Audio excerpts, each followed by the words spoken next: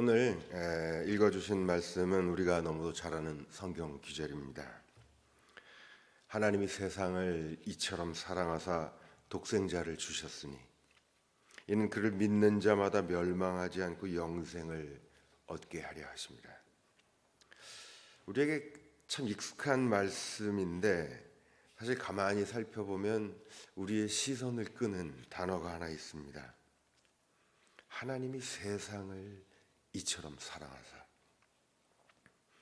보다 정확히 지적을 한다면 성서는 여기에서 지금 하나님이 교회를 이처럼 사랑하사가 아니라 세상을 이처럼 사랑하사 독생자를 주셨다라고 말씀하고 있습니다. 정작 이 독생자인 예수 그리스도를 믿는 사람들은 바로 우리들 교회인데 성서는 지금 매우 의도적으로 하나님이 교회를 사랑해서가 아니라 온 세상을 사랑하시기 때문에 예수 그리스도를 주셨다라고 말씀하고 있습니다. 그래서 우리 모두가 잘 아는 것처럼 이 땅의 모든 교회들은 전도하고 선교에 열심을 내고 있습니다. 하지만 보다 구체적으로 세상과 우리 교회의 관계를 한번 생각해 볼 필요가 있습니다. 교회 생활 이렇게 하다 보면 간혹 신앙 간증들을 여러분들이 하십니다. 근데 이 신앙 간증을 듣다 보면 제가 목사임에도 불구하고 죄송하지만 가끔 이런 생각이 들 때가 있습니다. 야, 저분이 간증하는 저 내용이 과연 하나님의 역사였을까? 그 앞에 이러이러한 원인이 있으니까 그런 결과가 생긴 것 같은데 하나님의 역사가 맞나 하고 가끔 의구심이 들 때가 있습니다. 그런데요, 거꾸로 제가 여러분 앞에서 신앙 간증을, 제가 경험한 하나님의 역사를 간증을 한다고 가정을 해본다면 그 간증을 듣는 여러분들은 어떤 생각을 하게 될까요?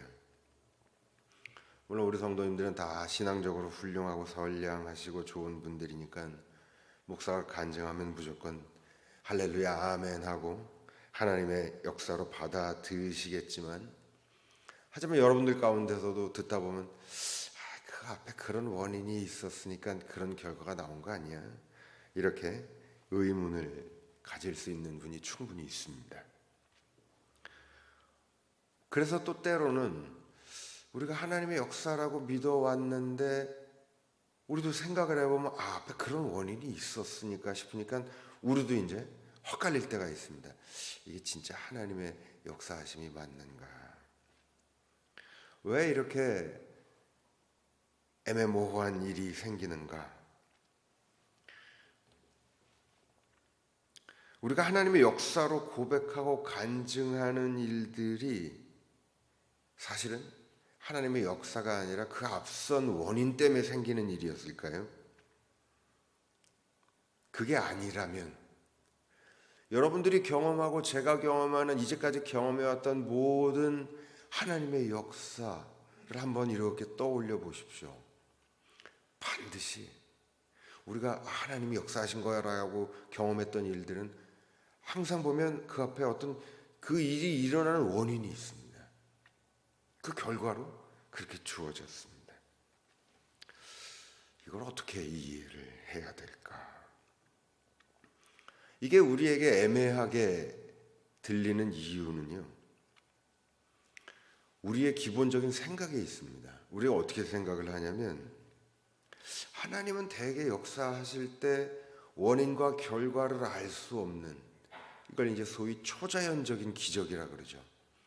초자연적인 기적을 통해서 하나님이 역사하신다, 보통 우리가 그렇게 생각하는 경향이 있습니다.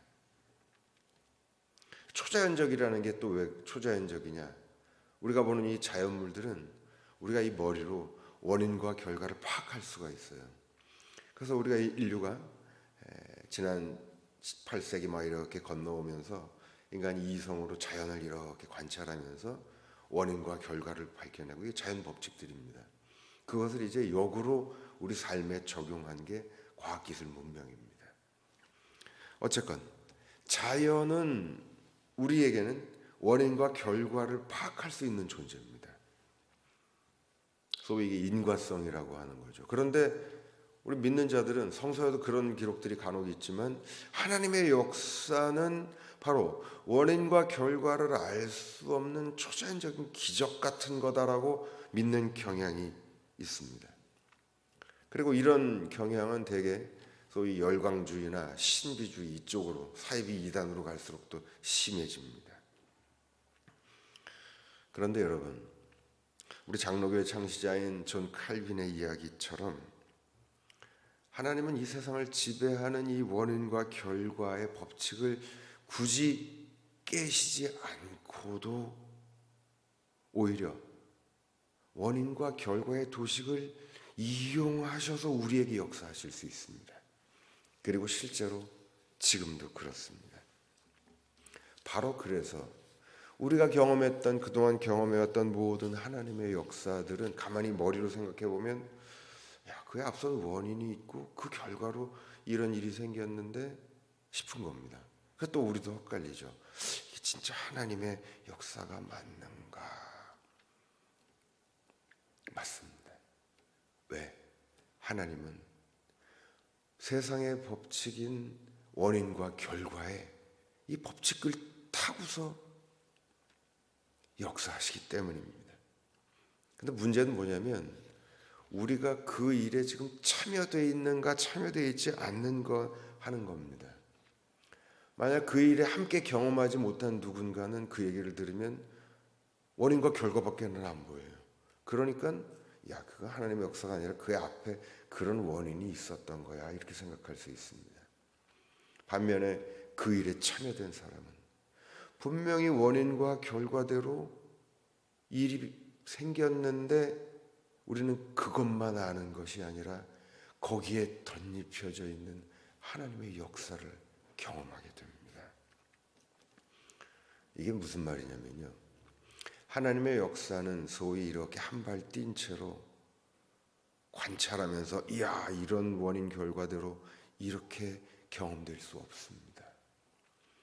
하나님의 역사는 우리가 직접 삶으로 참여하면서 살아내는 한에서 경험될 수 있습니다. 중세 때 소위 이제 요새는 이제 그런 신학이 없습니다만은 중세 가톨릭 신학에서는 머리로 온갖 얘기를 다 했습니다. 대표적인 질문 중에 하나가 그런 게 있었습니다.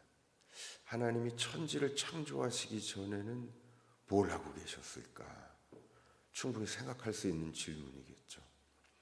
이 질문에 대해서 종교개혁자 루터, 칼빈은 한결같이 이렇게 대답했습니다. 하나님이 창세 전에 뭘 하고 계셨냐고?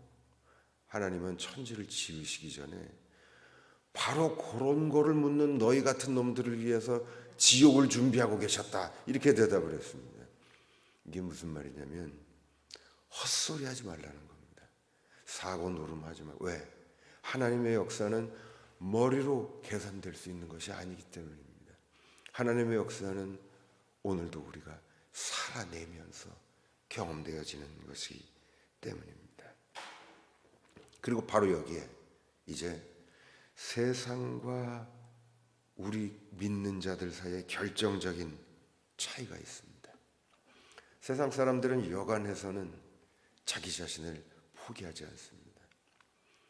얼마 전에 대선도 끝났고 그래서 이제 지방선거 때문에 저희도 사는 동네에 길거리 나가면 시끄러워 죽겠어요. 춤추고 주르륵 몰려와서 말 걸고 한쪽에서 빨간 옷 입은 사람들이 왔다 가면 또 파란 옷 입은 사람들이 왔다 가고 막 그러지 않습니까?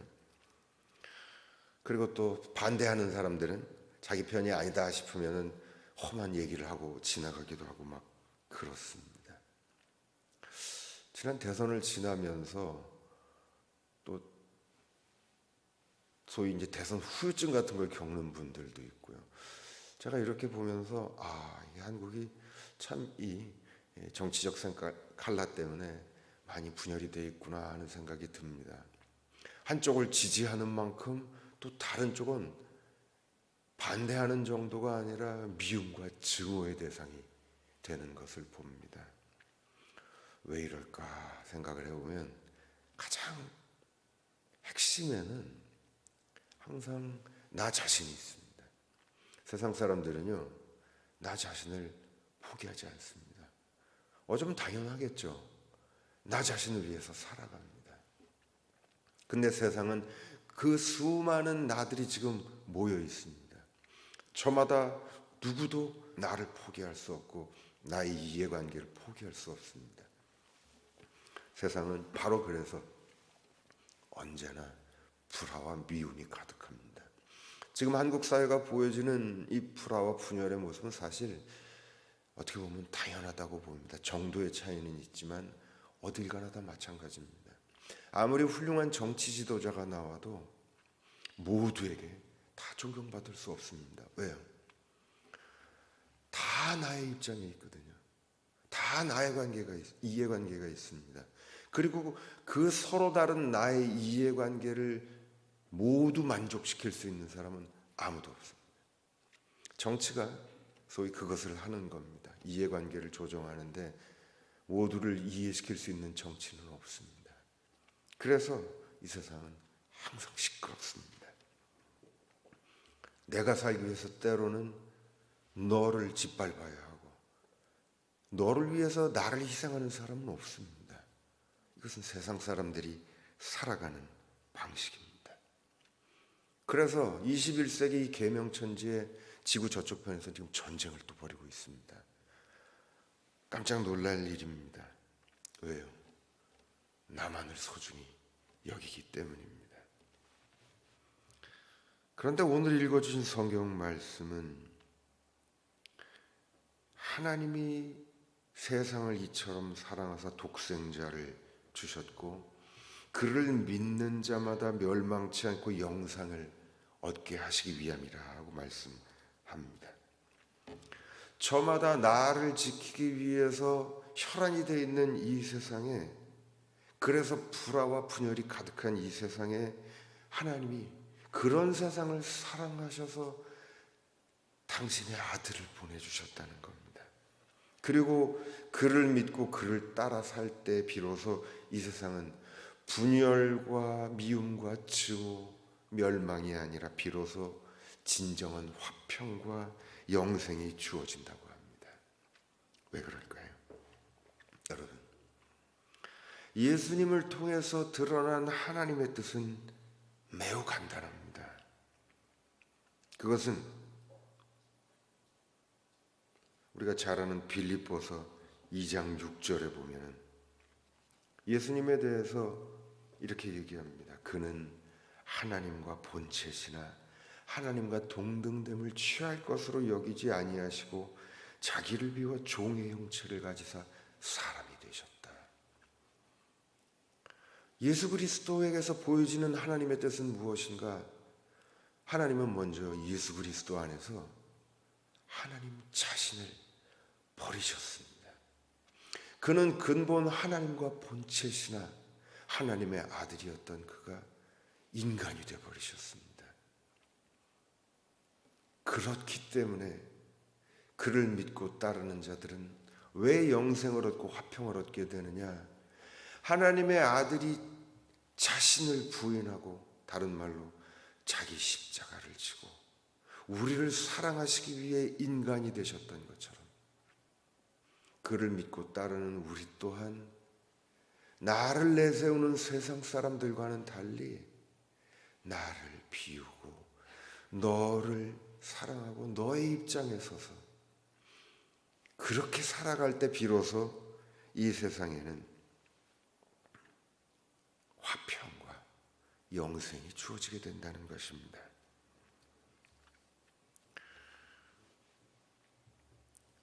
하나님의 아들은 아예 인간의 편에, 한 인간의 입장에 서신 정도가 아니라 인간이 되어버리셨습니다.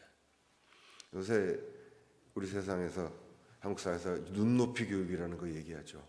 이 눈높이 교육의 원조는 바로 예수님입니다. 하나님의 아들이었던 그가 인간에 아예 되어버리셔서 인간에게 가르쳐 주시는 겁니다. 이렇게 살아야만 모두가 행복해진다고요. 바울은 이렇게 얘기합니다. 우리가 원수 되었을 때 그의 아들의 죽으심으로 말미암아 하나님과 화목하게 되었다. 다시 말해서 하나님은 당신 없이 살아서 원수가 되어버린 우리를 위해서 아예 우리 편에 서시고 우리 인간이 되어버리셨다는 겁니다. 그러니까 예수님이 우리에게 뭐라고 말씀하셨습니까? 원수까지도 사랑하라는 겁니다. 왜요? 하나님 자신이 원수인, 자신을 모르고 살아가는 우리 인간을 사랑하시고 아예 인간이 되어버리셨기 때문에, 그렇게 인간이 되신 하나님의 아들이 우리에게 요구하는 겁니다. 너희들이 그토록 미워하는 원수의 입장에 서봐라. 왜요? 당신이 그렇게 하셨거든요. 그것이 바로 예수 믿는 자들이 살아가는 방식입니다. 내 입장에만 고집하지 말고, 나만을 항상 위해 살지 말고, 너의 입장에, 그의 입장에도 서보라는 겁니다. 바로 이것이 예수님을 따라 사는 것입니다. 바로 그렇게 살라고 교회가 있습니다. 이것이 바로 우리가 기독교인으로 사는 의미입니다. 그리고 바로 그때, 오늘도 그렇지만 나밖에 모르는 이 세상, 그래서 온통 늘 불화와 미움과 분열이 가득한 이 세상, 이 세상은 누가 와도 하나가 되지 못합니다. 유일한 길은 딱 하나입니다. 하나님의 예수 그리스도를 통해 보여주신 길, 내가 나를 비우고 너의 입장에서 그를 이해하며 사랑하는 것.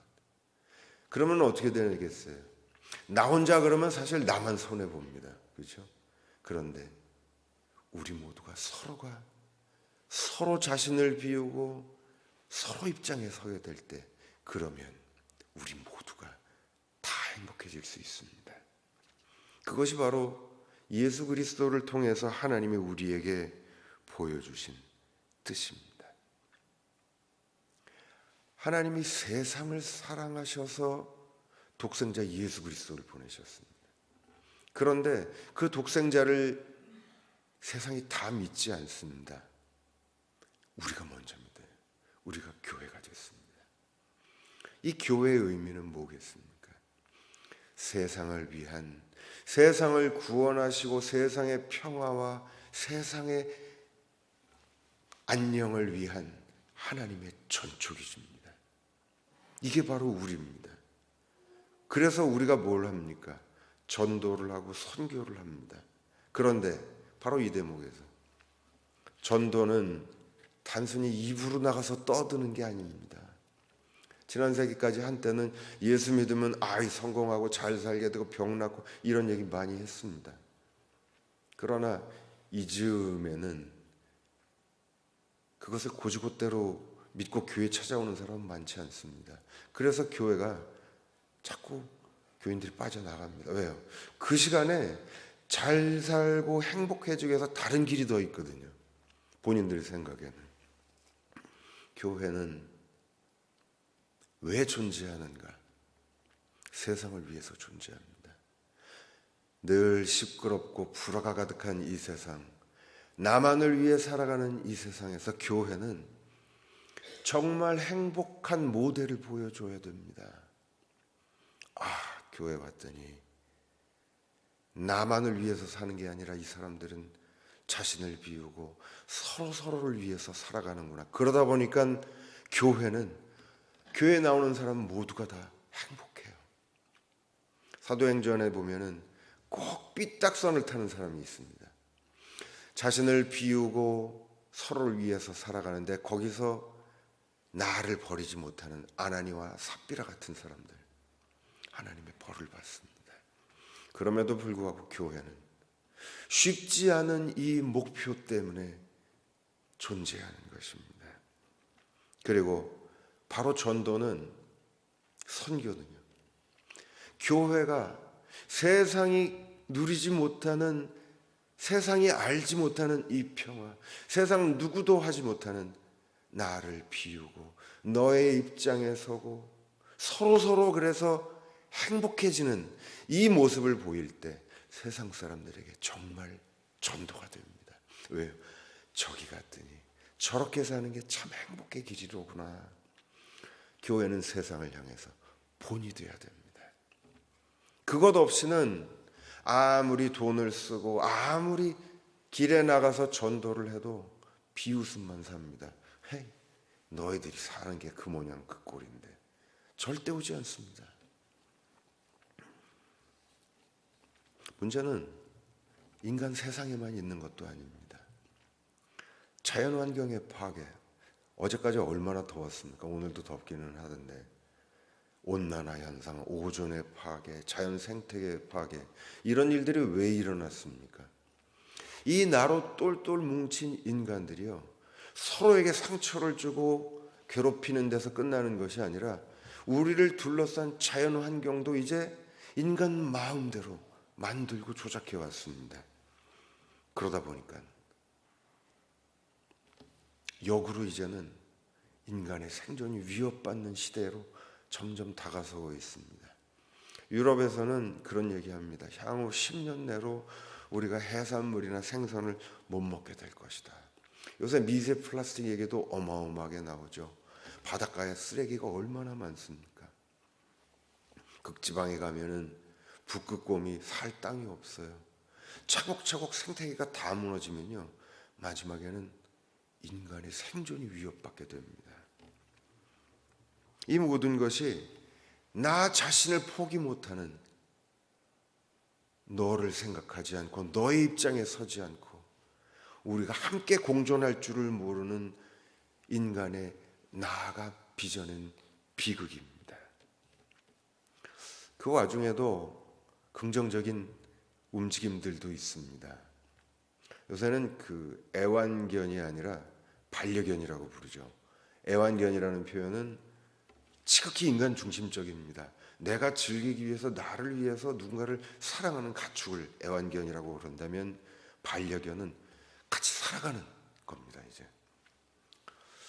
요새 그래서 TV에도 보면은 그 개 훈련하고 이렇게 하는 프로그램이 많죠. 그 유명한 훈련사도 있는데, 얼마 전인가 한번 아내랑 TV를 보는데 주인을 17번인가 문 개가 소개가 되는 거예요. 그리고 이제 훈련사가 투입이 돼서 그 개를 이제 훈련을 하는데, 17번 문다는 얘기를 듣고 그 개 표정을 딱 보는 순간 저하고 아내가 거의 똑같이 얘기했습니다. 저런 걸 뭐하러 키워줘? 잡아먹어버리지. 물론 저희가 그걸 먹는 사람들은 아닌데, 제가 그렇게 얘기를 해놓고서 아차 하면서 생각을 했습니다. 바로 이게 몸에 배 있는 거예요. 뭐냐? 우리와 가까이 사는 동물들도 철저하게 우리 중심으로, 나 중심으로 생각하는 겁니다. 그래서 나에게 사랑스럽게 굴지 않고 오히려 나를 물어? 그러면 먹어버리지. 이런 말이 아주 쉽게 나오는 겁니다. 제가 그 훈련사를 보면서 그분이 기독교인인지 아닌지는 잘 모르겠지만 대단히 기독교적이라는 생각을 했습니다. 왜냐? 그분이 하는 일이 그거잖아요. 개의 행태라든가 모습을 장시간 관찰하면서 개의 언어를 습득하는 겁니다. 개가 이런 행동을 할 때는 이런 의사 표시를 하는 것이고, 그거를 이제 아는 거죠. 그 다음에 그러나 인간과 같이 살기 위해서 때로는 이 개에게 이제 역으로 가르쳐 주는 겁니다. 네가 우리와 함께 살기 위해서는 이런 행동을 하면 안 돼라고 가르쳐 줘야 되는데, 보통 우리는 개하고 커뮤니케이션이 잘 안 되니까 어떻게 해야 내 뜻을 전달할 줄을 모르잖아요. 근데 그분은 또 그걸 알아요. 개의 행동을 보면서 개가 지금 뭘 말하는지를 알 뿐더러 개에게 내가 원하는 의도를 어떻게 하면 표현하고 그게 어떻게 하면 개가 이해하는지를 또 아는 겁니다. 그래서 함께 우리 개들과 함께 가축들과 살아가는 방식을 또 우리에게 가르쳐 주는 겁니다.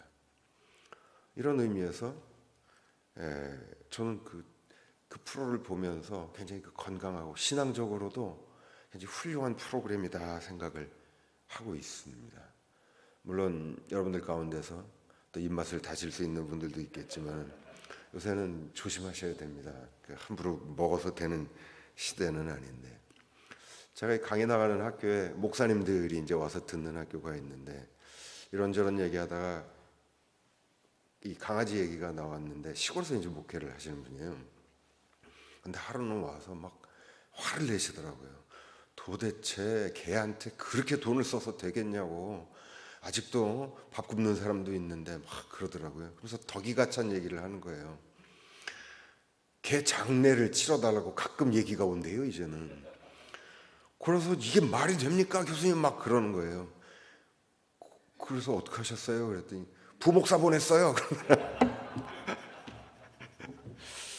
그쵸, 이 자리에도 우리 부목사님 계실 텐데, 옛날에 이런 농담이 있었어요. 그 아시는 분도 있을지 모르겠는데 코끼리를 냉장고에 넣을 수 있는 방법 3단계 이런 거 아십니까? 간단해요. 냉장고 문을 연다. 2단계 코끼리를 넣는다. 3단계 문을 닫는다. 좀 허무하지만 기린을 넣는 방법은 4단계입니다. 1단계 문을 연다. 2단계 코끼리를 꺼낸다. 3단계 기린을 넣고 4단계 문을 닫는다. 옛날에는 이게 참 낭만이 있었는데 요새는 그것도 바뀌었어요. 코끼리를 냉장고에 넣는 방법 그랬더니 어느 목사님이 부목사 시킨다. 그러면 끝이에요. 여기 우리 목사님은 안 그러시지만 사실 이 부교역자들 위치가 교회에서 참 어중간합니다. 교회를 대표하는 대표성을 가지지도 않고, 또 우리 목사님 안 그러는데 또 어떤 교회들 가면요, 그 담임 목사님, 부목사님 또 괴롭게 하는 경우들도 있고, 또 교인들과 담임 목사님 사이에 껴서 스트레스를 많이 받는 직분들입니다. 우리 부목사님들 이 자리에 계시죠? 우리 박수 한번 보내주시고, 박수 한번 보내주십시오. 항상 우리 그 성도님들, 우리 부목사님들도 많이 위해 주시기 바랍니다. 교회는 나 자신을 내세우는 곳이 아닙니다. 세상은 어디 가도 다 나 자신을 내세우는 곳이에요. 그래서 세상은 항상 시끄럽습니다. 어느 당제를 가도. 교회가 나 자신을 내세우는 곳으로 변하는 순간 더 이상 교회는 교회가 아닙니다. 오늘날 한국교회가 시끄러운 이유도 나 자신을 내세우고 있기 때문입니다. 모두가. 목사님은 목사대로, 교인은 교인들대로. 그건 세상 사람들이 하는 거예요. 더 심각한 일은 뭐냐면은 세상 사람들은요, 우리 장로들도 계시지만 직장 생활 하다 보면 의견 안 맞고 싸울 수도 있죠. 그러면 퇴근하고 나서 야 와 해서 한 잔 마시면서 풀 수도 있어요. 교인들은요, 교회 안에서 한번 틀어지면 절대 안 풀립니다. 왜요? 한 잔 할 수도 없어. 풀 길이 없어요. 그래서 저는 이렇게 보면 교회 안에서 다툼이 일어나면 대개 정말 원수가 되는 경우들을 많이 봅니다. 교회의 문제는, 교회는 나를 버리고 모두가 다 서로의 입장에 서라고 있는 것인데, 세상 단체들처럼 교회에 와서도 나를 세우는 순간부터 교회는 더 이상 교회가 아닙니다. 집안에도 그렇습니다. 어디든지 그렇죠. 내가 강한 사람들이 있는 데 가면요, 항상 문제가 생기고 주변 사람들이 상처를 받습니다. 그리고 그런 사람들일수록 자신이 또 남이 자신을 향해서 하는 비판을 잘 못 듣습니다. 이 자리에 아마 다 결혼하신 분들이 계실 텐데, 우리 남편분들 저를 따라서 한번 얘기해 보십시오. 남편분들만요. 나는 아내의 입장에 서서 아내를 사랑하겠습니다. 아내분들도 한번 따라해 보세요. 이 시간 이후로 나는 남편의 입장에 서서 남편을 사랑하겠습니다. 교회도 마찬가지입니다. 교회 누군가 불만이 있죠. 다를 수 있습니다. 그러나 우리가 예수님처럼 정말 내 자신을 버리고 너를 위해서 죽을 수는 없을 겁니다. 그러나 최소한 그의 입장에 서서 그를 이해하려고 노력하는 것, 그리고 바로 거기에 하나님의 역사가 있습니다. 세상 사람들은 아무도 하지 않습니다. 할 이유도 없죠. 그러나 교회는 바로 그 일을 해야 됩니다. 그리고 그럴 때 비로소 살아계신 하나님의 역사를 경험하게 될 것입니다. 바라기는 우리 사랑하는 원미동교회 모든 성도님들, 예수님이 보여주셨던 것처럼 가시는 곳마다 교회에선, 가정에서건 혹은 직장에서건 나 자신을 비우고 상대의 입장을 먼저 생각하는 여러분들 되시기 바랍니다. 그리고 그럴 때 우리 원미동교회, 한국에서 제일 부흥 발전하는 교회가 될 줄로 믿습니다.